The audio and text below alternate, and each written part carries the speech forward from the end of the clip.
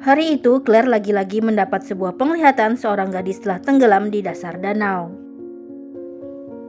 Setelah putri mereka memutuskan berkuliah dan akan tinggal di asrama, Claire dan Norman akhirnya memilih menempati rumah warisan orang tua Norman di tepi danau yang tenang. Bersamaan dengan itu, mereka pun juga mendapatkan tetangga baru, pasangan Warren dan istrinya yang bernama Mary. Sebagai seorang istri ilmuwan, tentu membuat Claire harus sering ditinggal oleh Norman seorang diri di rumah. Di tengah keheningan, Claire mulai menyadari gangguan-gangguan aneh di rumahnya.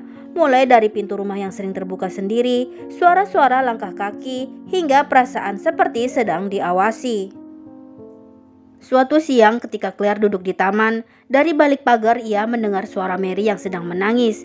Claire terlihat mencoba berbicara pada Mary, tapi karena saat itu suami Mary tiba-tiba datang, Mary pun bergegas berlari ke dalam rumah dengan ketakutan. Malamnya Claire menceritakan apa yang ia lihat tadi siang kepada Norman, tapi Norman meminta istrinya itu untuk tidak ikut campur dalam urusan rumah tangga orang lain. Apalagi saat ini Norman sedang mengerjakan sebuah proyek penelitian, dan ia meminta Claire untuk mendukungnya dan tidak mengganggunya dengan masalah yang tidak penting. Esoknya terlihat Claire mengunjungi rumah Warren dan Mary. Ia bermaksud mengantar bingkisan kepada mereka, namun tak ada siapa-siapa di sana. Claire hanya menemukan sebuah sandal dengan noda darah di atasnya. Dan ketika malam hari, saat Claire yang asik di depan layar komputernya, samar-samar ia melihat Warren sedang membawa tubuh Mary dan memasukkannya ke bagasi mobil. Seketika ia lalu membangunkan Norman, tapi ternyata tak ada apa-apa di rumah tetangga mereka itu. Paginya Claire mencoba mengamati kediaman tetangganya, dan saat Claire hendak kembali, ia mendapati pintu rumahnya dalam keadaan terbuka. Claire kemudian mendengar seperti ada seseorang di dalam ruang kerja suaminya. Setelah yakin tak ada siapapun, Claire malah mendapati pintu rumahnya kembali terbuka. Claire yang mulai merasa tidak nyaman, kemudian terlihat menghubungi Norman. Tapi karena Norman dalam kondisi yang sedang sibuk, ia pun meminta Claire untuk sabar menunggunya hingga pulang. Saat itu Claire hendak mengambil bola milik anjing peliharaannya yang tercebur ke pinggir danau. Namun Claire justru melihat ada jasad seorang perempuan yang tenggelam di dalam danau. Keanehan pun terus berlanjut, di mana saat malam sudah tiba, anjing peliharaan Claire tiba-tiba menghilang dan pintu rumah kembali terbuka sendiri. Ditambah radio miliknya yang hidup dan mati tanpa ada yang menyentuhnya. Merasa ketakutan dengan rangkaian kejadian aneh yang terus menimpanya seharian, Claire memutuskan menyusul suaminya ke kantor dan menceritakan semuanya kepada Norman. Namun hal itu justru memicu pertengkaran antara mereka. Tapi Claire tak bisa tinggal diam. Ia yakin telah terjadi sesuatu pada Mary, tetangga mereka. Esok paginya Claire kembali menemukan pintu rumahnya yang sudah terbuka. Lalu tak lama dari arah ruang kerja Norman, Claire mendengar sebuah bingkai foto suaminya terjatuh ke lantai. Ia yang saat itu melihat mobil suami Mary, kemudian kembali mengunjungi tetangganya dengan membawa bingkisan. Tapi karena Warren tak kunjung membukakan pintu, ia lantas hanya meletakkan bingkisannya itu di teras rumah.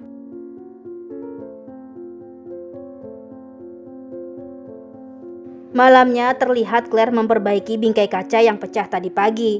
Ketika itu tanpa sengaja, pandangannya tertuju pada sebuah kunci yang tergeletak di sela-sela lubang pemanas. Claire lantas mengambilnya dan mencoba menggunakannya untuk membuka laci di meja kerja suaminya. Tapi ternyata kunci itu tak cocok dengan laci meja kerja Norman. Selanjutnya Claire yang berniat beranjak ke kamar tidur malah melihat uap telah memenuhi ruang kamar mandi. Ada yang sengaja menutup lubang pembuangan di bathtubnya, dan ketika Claire hendak membuka penutup tersebut, Claire dikejutkan dengan bayangan seorang wanita menyeramkan di air. Seketika itu juga ia berteriak dan membangunkan Norman dari tidurnya.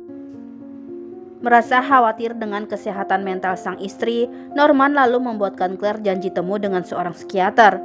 Tapi karena merasa dirinya sedang tidak berhalusinasi, Claire mencoba mencari sebuah jawaban. Bersama dengan sahabatnya yang bernama Jody, Claire berusaha berkomunikasi dengan arwah Mary yang ia yakini telah dibunuh oleh Warren.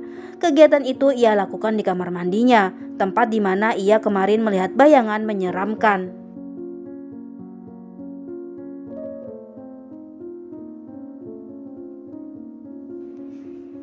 Tak ada jawaban yang ia dapatkan dari pemanggilan arwah tadi. Akhirnya Claire meminta maaf pada Jody karena telah mengajaknya melakukan sebuah kegiatan konyol. Namun setelah Jody pergi, teror mistis itu pun kembali menyerang Claire. Mulai dari air yang tiba-tiba memenuhi bathtub, sampai muncul sebuah kalimat aneh di cermin kamar mandi, hingga sebuah inisial muncul di layar komputer milik Claire. Ia pun bergegas menemui Norman di kantornya. Claire yakin bila itu adalah arwah Mary yang mencoba untuk memberitahunya.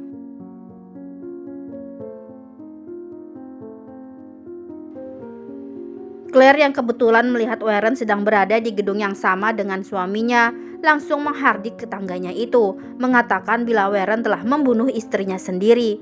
Namun tak lama kemudian, Mary muncul menghampiri suaminya. Ternyata Mary masih hidup dan baik-baik saja.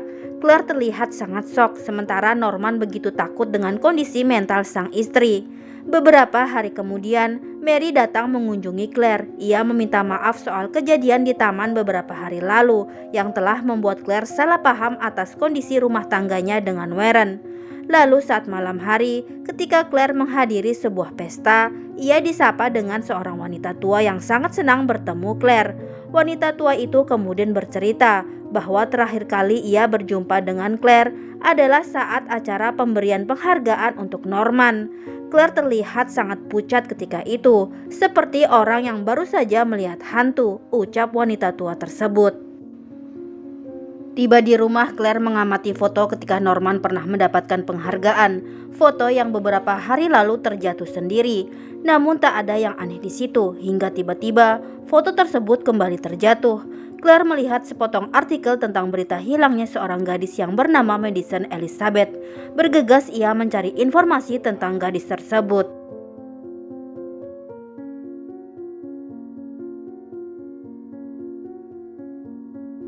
Claire sungguh terkejut melihat wajah Madison mirip dengan wajah sosok perempuan yang sering menghantuinya. Esok paginya Claire memberanikan diri bertanya kepada Norman tentang Madison, karena dalam data yang ia dapat semalam, ternyata Madison adalah seorang mahasiswi yang berkuliah di universitas di mana Norman mengajar sebagai dosen.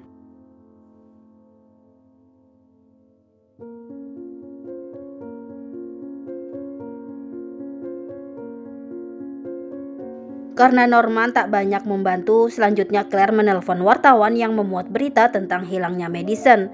Claire mendapat informasi bahwa Madison dinyatakan kabur ke negara Meksiko dengan mengendarai mobilnya, setelah polisi tak berhasil menemukan satupun jejak keberadaan Madison di Amerika. Berbekal alamat yang Claire dapat, ia lantas mengunjungi rumah orang tua Madison. Dari sang ibu, Claire tahu bahwa Madison merupakan anak yang baik dan cerdas. Hampir di semua mata kuliah ia mendapatkan nilai sempurna. Hanya satu kekurangan Madison, ia tak pernah merasakan kehangatan seorang ayah yang telah meninggalkannya semenjak kecil. Ibu Madison kemudian mengantar Claire ke kamar putrinya. Dari situlah, Claire diam-diam mengambil seuntai rambut kepang milik Madison yang dipajang di sebuah bingkai foto. Saat di rumah, terlihat arwah Madison mulai merasuki Claire yang terus memegang rambut kepang tersebut. Dan ketika Norman tiba, Claire terus menggoda pria tua itu. Sampai akhirnya, Claire melihat sosok dirinya sendiri yang sedang memergoki perselingkuhan suaminya. Saat itulah Norman tahu dan mendorong Claire yang sedang dirasuki. Seketika Claire pun tersadar dan akhirnya tahu tentang hubungan antara Norman dan mahasiswinya.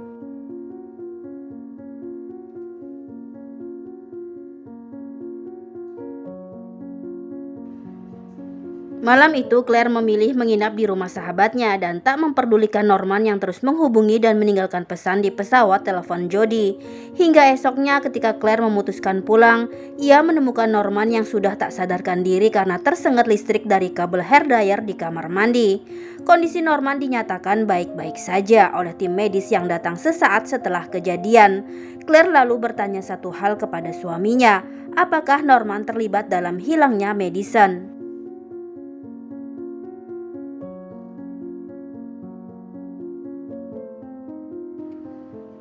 Beberapa saat kemudian, Norman melihat istrinya sedang berdiri di tepi jembatan. Bergegas ia hendak menghampirinya, namun belum sempat Norman mendekati Claire. Claire tercebur setelah ditarik oleh rambut kepang Madison yang sedang dipegangnya.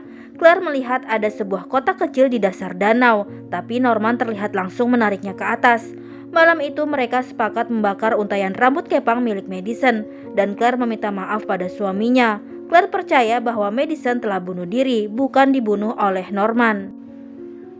Beberapa hari kemudian, Claire tampak menenangkan diri dengan berendam di bathtubnya. Saat itu tiba-tiba baju handuknya terjatuh. Di lantai, Claire melihat kunci kecil yang pernah ia temukan di ruang kerja Norman. Malam itu juga selepas Norman terlelap, Claire pergi mengambil kotak kecil yang ia lihat di dasar danau. Dan ternyata kunci yang ia pegang cocok dengan kotak tersebut. Claire menemukan kalung yang sama dengan yang Madison pakai dalam fotonya.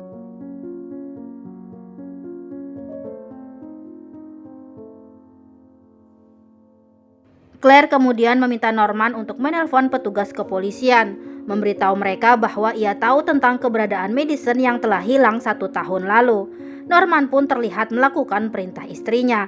Setelah itu Norman pamit ke atas untuk bersiap menanti petugas yang akan segera tiba. Begitu pula dengan Claire.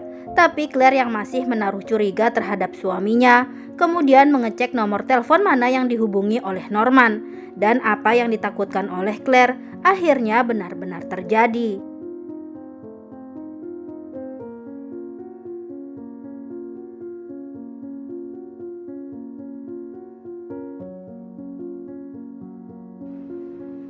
Setelah berhasil melumpuhkan otot-otot di tubuh Claire, Norman kemudian berencana menenggelamkan Claire di bathtub, cara yang sama seperti yang ia lakukan dulu kepada Madison. Saat itu Norman melihat Claire sedang mengenakan kalung milik Madison, dan tiba-tiba wajah istrinya berubah menjadi menyeramkan menyerupai wajah jasad Madison. Norman pun terkejut hingga menyebabkan ia terpeleset dan kepalanya membentur wastafel. Claire terlihat berjuang mengerahkan kekuatan otot-ototnya yang mulai pulih sedikit demi sedikit. Setelah berhasil, Claire berusaha keluar dari bathtub itu, tapi Norman ternyata sudah menghilang. Akhirnya Claire menemukan suaminya yang sudah tergeletak dengan bersimbah darah di wajahnya. Bergegas ia berlari menuju mobil, tapi Claire salah mengambil kunci. Ia pun berpindah ke mobil truk milik Norman. Kencang ia memacu mobil tersebut, hingga kemudian Norman muncul menyergap Claire dari belakang.